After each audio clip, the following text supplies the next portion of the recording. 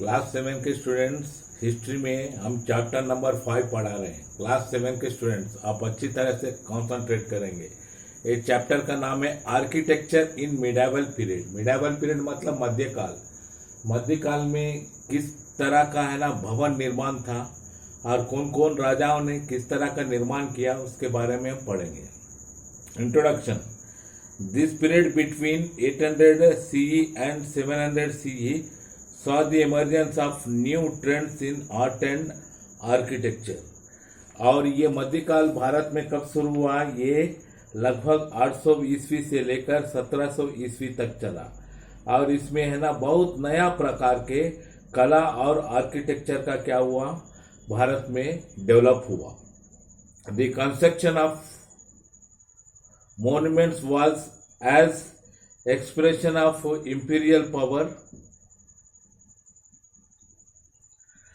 और यहाँ पर जो बहुत से जो मोन्यूमेंट्स है ना, जो धरोहर हमारे भारत में बनाए गए हैं इस काल में, ये धरोहर का अधिक से अधिक है ना, इसके ऊपर है ना किसका इंप्रेशन था? इंपीरियल पावर का था। Grand monuments brought fame to the rulers and their kingdoms। और 800 ईस्वी से लेके 1700 ईस्वी तक जो राजा ने जो धरोहर बनाए हैं, इस धरोहर से उनकी महानता और साथ साथ है ना उनकी शौहरत के बारे में बहुत जानकारी हमें प्राप्त होती है वो धरोहर देखने से। और उनके समय में जो राजा अपने किस राज्य में बनाए, किस राज्य में किस प्रकार के धरोहर थे, उनका नाम और शान भी इसमें दर्शाता है। And they regarded as a testimonies to the power and wealth of the emperor. और इससे ये धरोहर उस समय के जो कलाकृतियां और भवन निर्माण और जो धरोहर वो लोग बनाए, उससे ये साफ जाहिर होती है कि उस समय के राजाएं कितने शक्तिशाली थे और कितना कला प्रेमी थे और वो लोग की सोच कितनी ऊंची थी, इसके बारे में हमें पता चलता है। The historical movements are broadly classified as religious movements. और ये ना जो इतिहास में जो मोन्यूमेंट्स, जो धरोहर जो बनाए गए हैं, वो अधिकतर है ना धर्म से जुड़ा हुआ है। जैसे कि टेम्पल्स बनाए, जैसे मंदिर बनाए, मस्जिद बनाए एंड मौसोलियम्स एंड टम्स। और बहुत तरह के मस्जिद और बहुत तरह के है ना टम्स बनाए गए।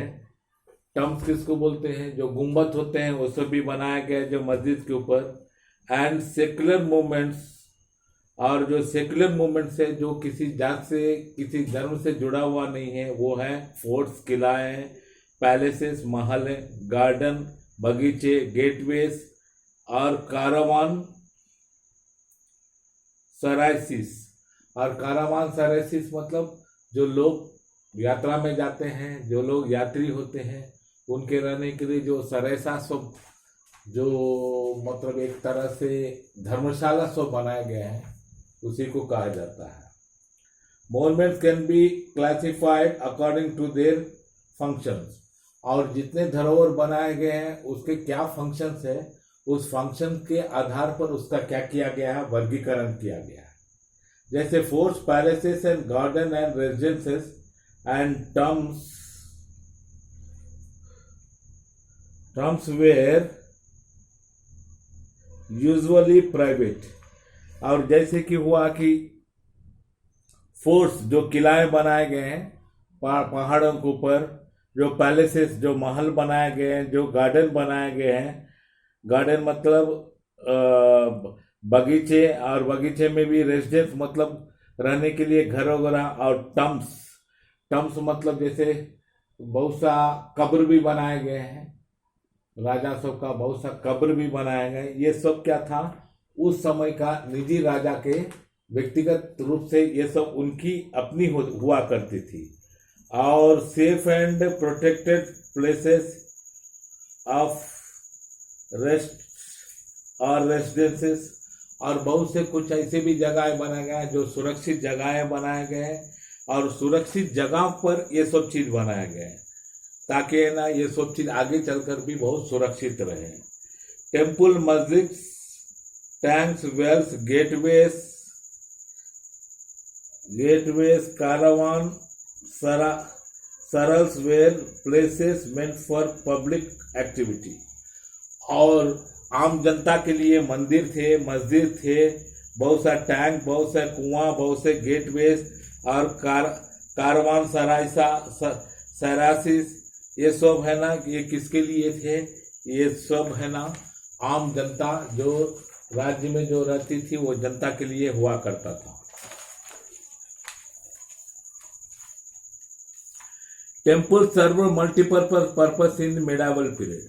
और जो मंदिर मध्यकाल में बनाए गए वो मंदिरों का ना मल्टीपर्पज यूज था, चौमुखी उसका उपयोग होता था। They serve as places of worship and as a centers of arts such as dance and music and forms of craftsmanship.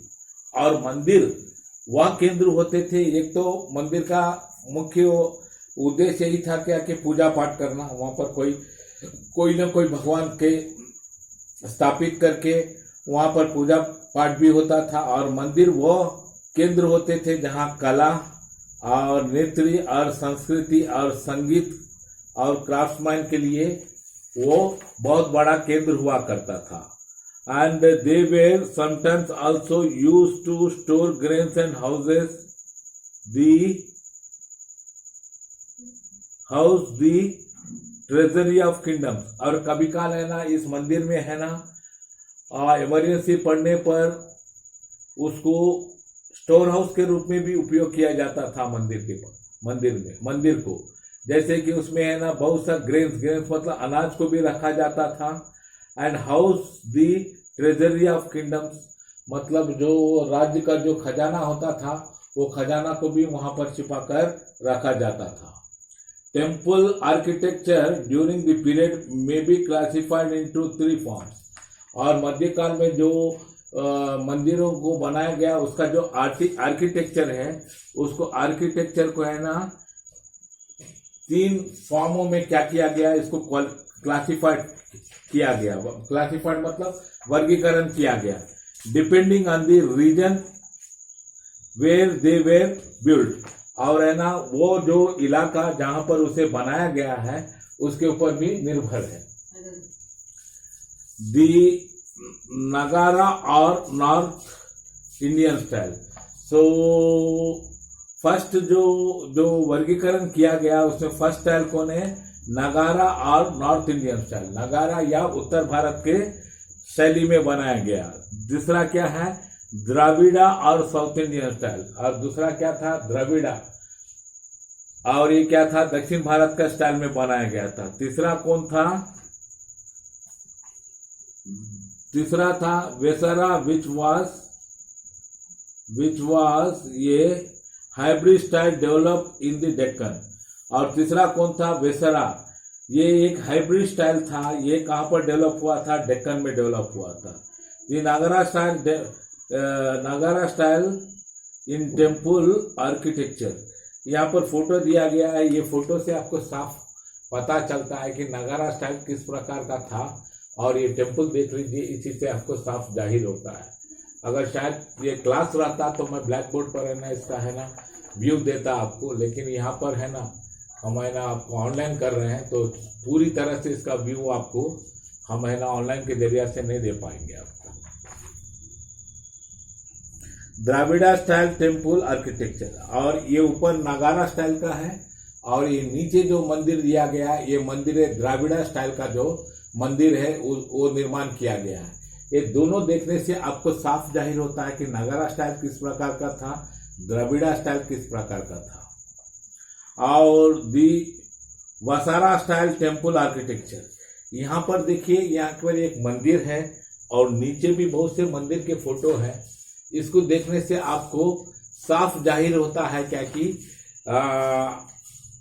Vesara style जो दक्कन का था वो किस प्रकार का हुआ करता था और किस प्रकार का स्टाइल था, ये मंदिर देखने से आपको पता चल जाता है। The Vesara hybrid style combined many features of Nagara and Dravida style temple architecture. ये वेसारा स्टाइल में है ना, ये किसका कॉम्बिनेशन था? ये कॉम्बिनेशन नागारा और द्राविड़ा स्टाइल का दोनों को मिलाकर एक नया टाइप का कॉम्बिनेशन निकालकर ये है ना वेसारा स्टाइल में यूज किया गया था।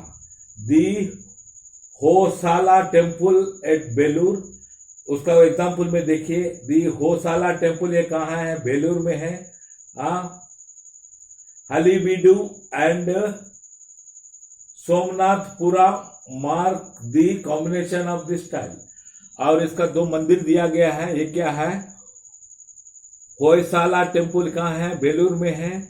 और हलीबीडू और Somanathapura mark at the culmination of this style. मतलब ये जो दो मंदिर का बारे में आपको है ना रेफरेंस दिया गया है, ये दो मंदिर है ना किसका कॉम्बिनेशन है? नगारा और द्राविड़ा स्टाइल से दोनों का कॉम्बिनेशन निकाल के बनाया गया है। A distinctive feature of Hoysala architecture was the star like raised basement और platform on which majestic superstructure मतलब विमाना स्टूड। और इसका सबसे बड़ा इस आर्किटेक्चर का फ्यूचर क्या है? समझ गए ना? इस पर क्या है? समझ गए ना? किस पर? होयसाला आर्किटेक्चर का क्या है?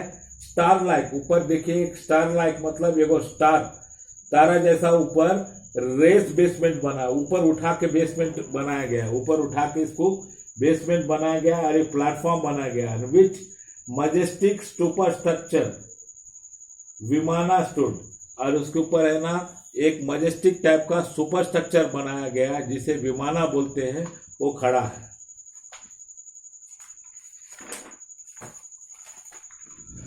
Indo Islamic architecture. अब तीसरा पॉइंट हम पढ़ेंगे। अब इसी दरमियान में जो मुस्लिम शासक भारत पर शासन किए थे वो लोग है ना इंडो इस्लामिक आर्किटेक्चर को अपनाया, जिसके जरिया से उनकी आर्किटेक्चर कोई दूसरे प्रकार की थी, वो दूसरे तरह से वो बनाया है। उनके आर्किटेक्चर को इंडो इस्लामिक आर्किटेक्चर बोलते हैं।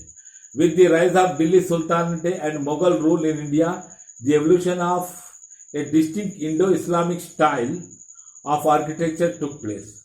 जब से दिल्ली सुल्तानेट बना और उसके बाद है ना मुगल शासन, दिल्ली में रह के मुगल शासन का प्रारंभ हुआ। और दिल्ली सुल्तानेट में जब मुगल शासन का प्रारंभ हुआ और ये मुगल शासन के समय में है ना इंडो इस्लाम स्टाइल का है ना एक नया आर्किटेक्चर भारत में डेवलप हुआ। The central Asian style of these Muslim rulers blended well with the Indian architecture forms already in use. और है ना ये जो मुस्लिम शासक थे ये तो इनकी स्टाइल थी सेंट्रल एशियन स्टाइल, इनका अपना था। और उसी समय में हमारा भारत में आके ये लोग जब शासन किए, हमारे भारत का जो आर्किटेक्चर का जो स्टाइल था वो स्टाइल कुछ अलग था। तो ये शासक लोग ये दोनों को मिलाकर है ना बारीक से समझकर और इन्होंने इंडो इस्लामिक आर्किटेक्चर का एक नया स्टाइल बनाया। Stone such as red sandstone, yellow sandstone, marble were the most preferred building materials, while the slave and Khalji architecture preferred red sandstone, Mughal architecture and plenty of white marble। यहाँ पर जो मुस्लिम शासक आए थे वो लोग है ना जो भवन का निर्माण किए उसमें अधिकतर ये लोग लाल सैंडस्टोन का उपयोग किया, येलो सैंडस्टोन का उपयोग किया और मार्बल स्टोन का इन लोगों ने उपयोग किया। बाद में जो स्लेव गुलाम और खालजी जो आर्किटेक्चर था उनके समय में ये लोग क्या वो खालजी और स्लेव का while the slave and Khalji architecture preferred. बाद में है ना हम अगर देखेंगे स्लेव और खालजी आर्किटेक्चर को देखेंगे तो ये लोग है ना रेड सैंडस्टोन का उपयोग किया। लेकिन मुगल शासन में अधिकतर मुगल राजाओं ने किसका उपयोग किया? मार्बल स्टोन का उपयोग किया। जो भी भवन बनाया वो उन्होंने मार्बल स्टोन से बनाया। The use of lime as a mortar for building purposes was also a major development. और ये लोग किसका उपयोग किया? लाइम का उपयोग किया। चूना का भी उपयोग किया और इससे क्या किया? ये लोग निर्माण किया। In order to make a wider entrance the true arch or the pointed arch was use. और ये लोग जो भी भवन को निर्माण किया उसका दरवाजा को बहुत चौड़ा बनाने के लिए ये लोग कौन सा आर्च का उपयोग किया? ट्रू आर्च और पॉइंटेड आर्च का उपयोग किया। दी मेसन यूज ए के stone and other stones on both sides so that they stay together by the force of pressure. और उस समय का जो मेसन हुआ करता था वो मेसन ने किसका उपयोग किया? की स्टोन का उपयोग किया और दूसरे स्टोन्स का उपयोग किया दोनों साइड में, ताकि है ना वो stay together by the force of pressure. अगर ना कोई भी प्रेशर अगर पड़ेगा ना तो वो मजबूती से प्रेशर में भी एकदम है ना टुगेदर एक साथ मजबूती से भी खड़ा रह सकता है। उसका एग्जाम्पल है ना इस फोटोशॉप में दिया गया है। यहाँ पर बहुत से फोटोशॉप है, इसको आप पढ़ेंगे, इसको दिया गया है। तो एग्जाम्पल में देख लीजिए।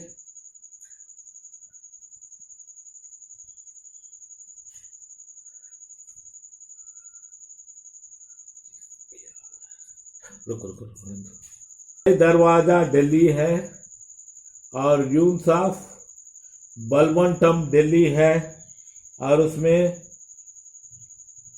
हुमायूं टम दिल्ली है। हुमायूं टम मतलब हुमायूं का मकबरा। और यहाँ पर जो है इसका नाम है ना बराबर होगा नहीं बता पा रहा हूँ मैं आपको। बाद में द यूज ऑफ मिनरेट्स और tall and lean towers based on the system of super impose stories of decreasing size was also very common. और इसमें क्या था? समझने राइज ऑफ मिनरेट्स। मिनरेट्स मतलब इसको बोलते हैं, किसको बोलते हैं? इसको बोलते हैं ऊपर उठाना, खंबा सबको ऊपर उठाना। Based on A system of super impose. इसको सुपर किसे प्रणाली के तहत किए? Super impose stories of decreasing size was also very common. ऊपर जाते जाते इसका साइज डिक्रीज होते हुए जा रहा था। और इसका एंट्रेंस टू अकबर टम सिकंदरा, यहाँ पर देखिए अकबर